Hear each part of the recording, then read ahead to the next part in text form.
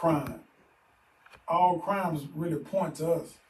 It's like we've become such big haters towards one another that, we need to reverse that curse that's been upon us. And the only way we can do is we love away. We got to start liking each other enough to love one another. So that's where the concept really comes from, because everybody, if you do something to any other ethnic group, they're gonna come with some type of slogan for you to stop that. And people stop it. But with us, I think we need to be reminded that we need to love away our hatred towards one another. So that's the concept behind it. All right, man. Well, like I said, they can see you live on our social media platforms, man. So we're going to let you have it. Okay. Thank y'all for tuning in. This is the first episode of what's going to be a really nice podcast. I want to discuss topics that's not normal. Topics that affect our everyday lives, like law. Law affects us in every aspect of life because it makes us stay on the right side. It makes us do the right things, and it makes us have to make the right decisions and think about other people. Because a lot of times we live in a selfish world and people that do selfish things. So laws that keep you in place and keep you in check, so to speak. So what I want to do is I want to enlighten people to laws, because when we just think about laws, we mostly think about people breaking them and people going to prison. But a lot of us are law-abiding citizens, and sometimes we need to be taught about the consequences to breaking those laws. We're coming through a crime session. A crime session that's kind of, it's a big thing, and it's going to affect the black community in a real harsh way. So I think that black kids, no, I don't think it, I know black kids should be taught the fundamentals of law. And black kids should know the consequences of every act that's in the criminal code. The criminal code is a law book that stores all the laws. Anything that's dealing with laws in Louisiana, the criminal code has it. And so now we're going back, we're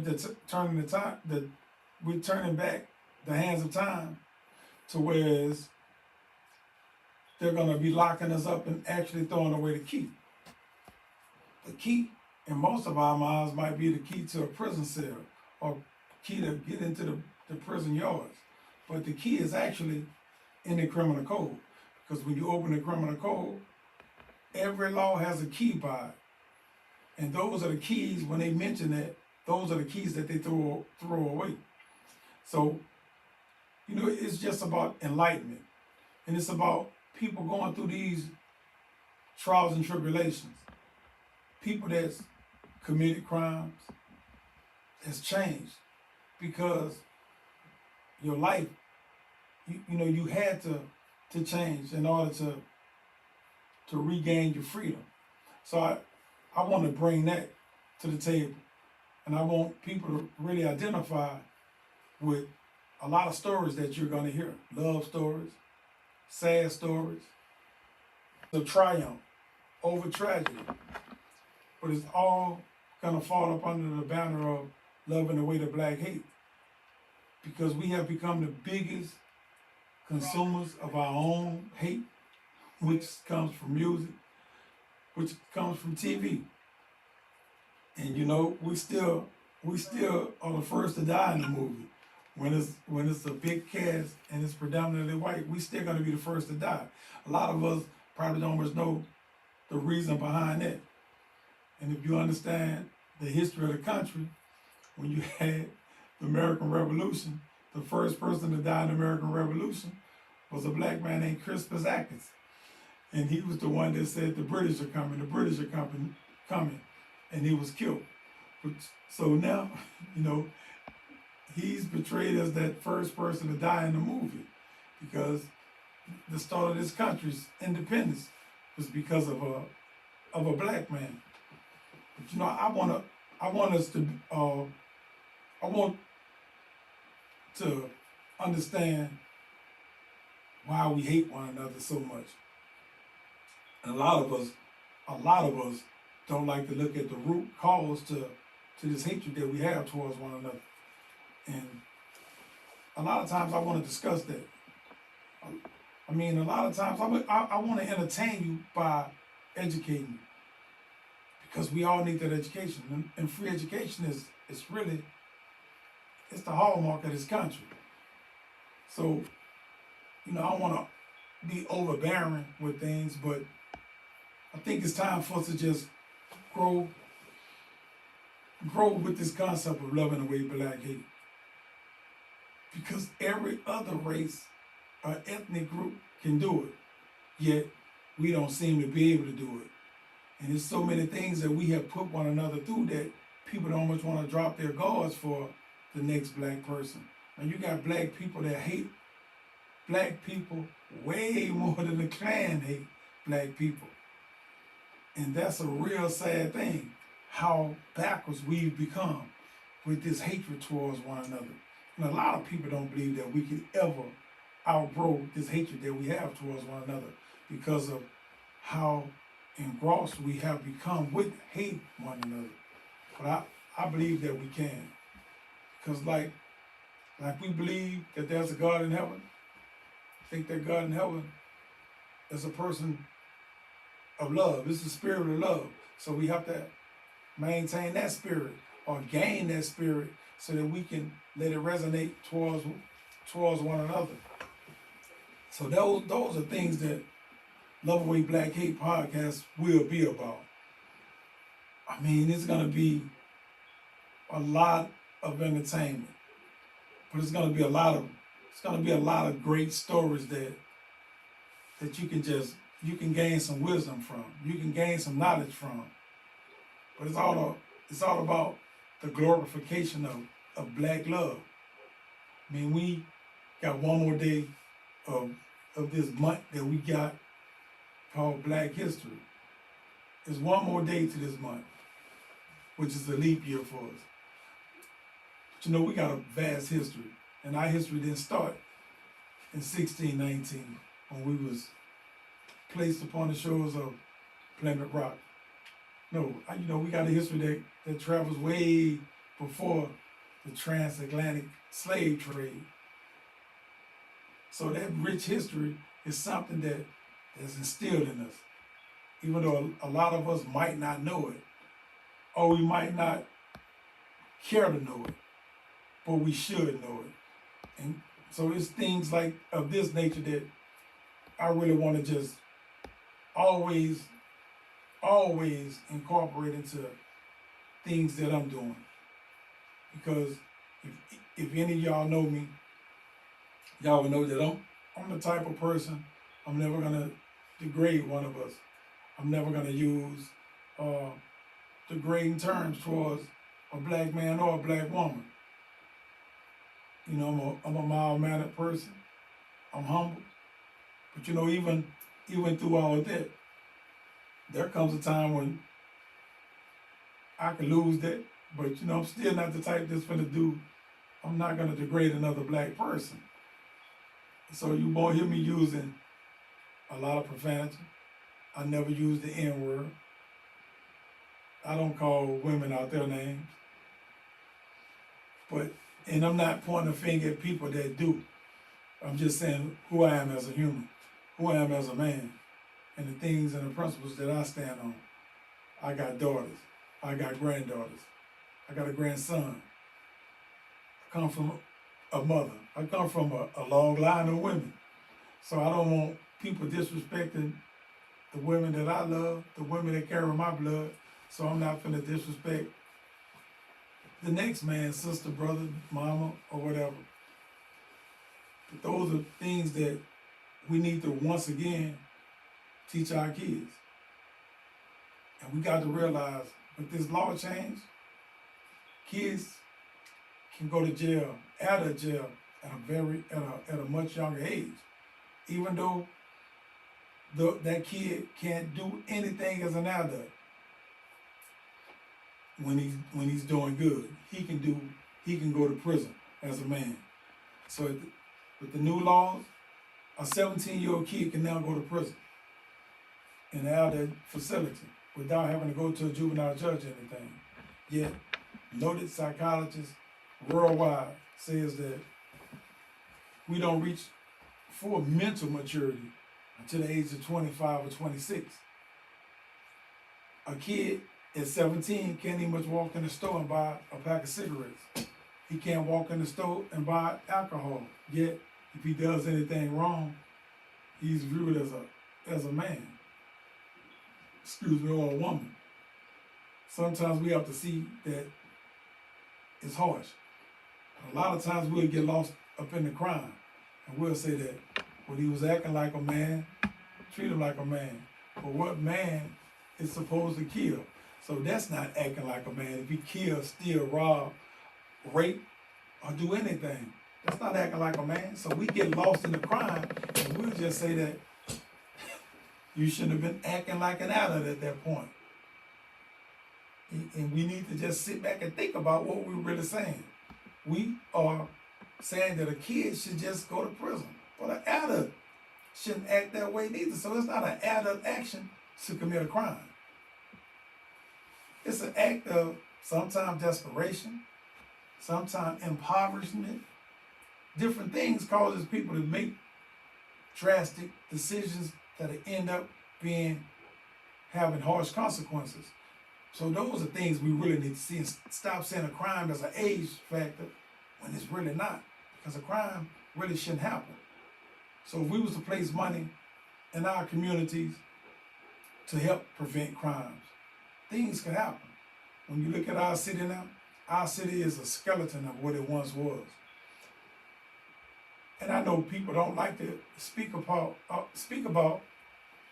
how things once were. But that's what we have to look back upon and see where did we go wrong. That's the only way you can correct a mistake. You got to look at your past. And then you know that you can prepare for that mistake not to happen again. But you know, at one time, before guns just took over, man, we had so much to do as kids. Now the kids really don't have a lot to do. So the kids kind of like make this, and kids now have this invincible demeanor, this invincible attitude. They're no longer scared of going to prison. They're no longer scared of death. Whereas at one time, when we was coming up, it was, man, we were scared of dying. We were scared of going to jail. You could scare some of us straight.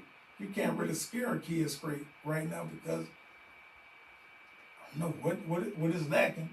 But I know one thing: entertainment and just correct education is a big loss factor within our communities. And there's no longer a lot of after school programs. There's no longer a lot of job opportunities for kids. Kids need some type of way to earn income. Kids need things to do. You need to keep a kid active in a positive atmosphere for that kid to come out not want to kill everybody, not having an attitude of me against the world, me against everything.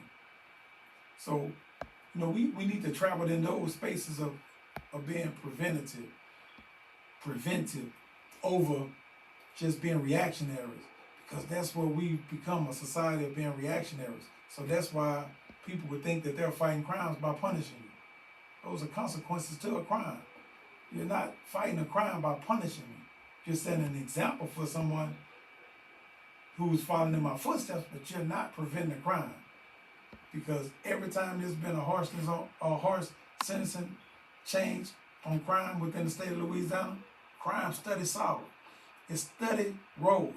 That's why this state has been the #1 incarcerated state for decades. And it's always been harsh on crimes. So to constantly make consequences harsh and severe on people, those have never been panaceas. which is cure-alls. That's never happened. And it still won't happen. Because most people are not going to get the message, and most people are just going to go on and do what they're doing. And this is what separates a kid mind from an adult mind. A kid don't have a stop button. So when a kid put it in his mind to do something, they don't know how to talk themselves out of it. They don't know how to stop. But an adult does. And that's the separation of adults and kids psychologically. So that's why, a kid isn't supposed to have alcohol because they can't handle it like an adult. So when they get drunk or intoxicated, they're not gonna make any type of rational decisions. This is gonna be a drastic decision that a kid is gonna make. Whereas an adult, they won't make too drastic of a decision. You can say a responsible adult might get drunk in society. The first thing they'll say is, "Take me home." A kid gonna go get in the car. But you got some adults that'll do that also. But it's a difference in the way the mind works. That's why the separation is the way it is. But we constantly punishing kids, and we constantly allowing kids to be punished. Love away black hate. We got to start knowing how important voting is. That's something that we often get away from because we feel like our voices don't count. We're not a part of the democratic process, but we are. When you can look at a vote, win by one vote, you know that you're a part of the process, and you know that your vote counted. Every vote counted. Not only once, they counted twice. But it's all about people stepping out and really taking that process serious and voting. You got to vote. Things change when you vote because you place other people in front of you to represent you. We got to start taking that more serious. We got to understand that each and every election is important. We can't just let one election be more important than the next. All of them are important. We're putting somebody in front of us. We're putting a leader out that's got to represent us. So that person has to share our same values and our same principles and our same philosophies. Those are the only people that we're supposed to have. And we got to stop allowing people to choose us to be our leaders. We got to choose them. So it's very important that we start looking for who we want to lead us and stop letting them choose us and only come around when it's election time. When you don't even know their history. You don't know how they're going to vote. You don't know what decisions they're going to make. You don't know how they're going to fill up, whether or not they will crack under pressure and slip and lose the ball when it's a crucial play, when it involves anybody. So we got to start voting, and we got to start knowing who we're voting for. So it's on us to select the people. When you're thinking about school board, schools closing down, the first place they're going to look within the black communities to close down schools because of the grade of the school, because of the grade of the teachers. We can stop that. We could get the right teachers in our schools. That means parents, y'all got to start being involved in the process of your kids' education. That means you got to say, look, I don't want this teacher teaching my kid because my kid isn't learning anything. But you got to be a part of the process. That way, our schools won't always be targeted for closure. And we got to have our kids going to school also. You can't just have a big old school with 10 kids going up. You're looking for it to close. So we got to just get back on our game plan as far as treating our kids with royalty, treating our kids with respect so that our kids can carry the torch for the family. But you got to get them properly educated. So let's educate them instead of incarcerating them. We got to be the ones that make that first initial step because don't nobody care. It's all about incarcerating, man. Don't nobody care if you go to school or not. It matters it matters none. But when you don't go to school, it's a proven fact that you probably will be headed to the penitentiary. So you need to educate yourself. So that's what Love Away Black Hate is going to be about. Us just connecting dots to do things the right way.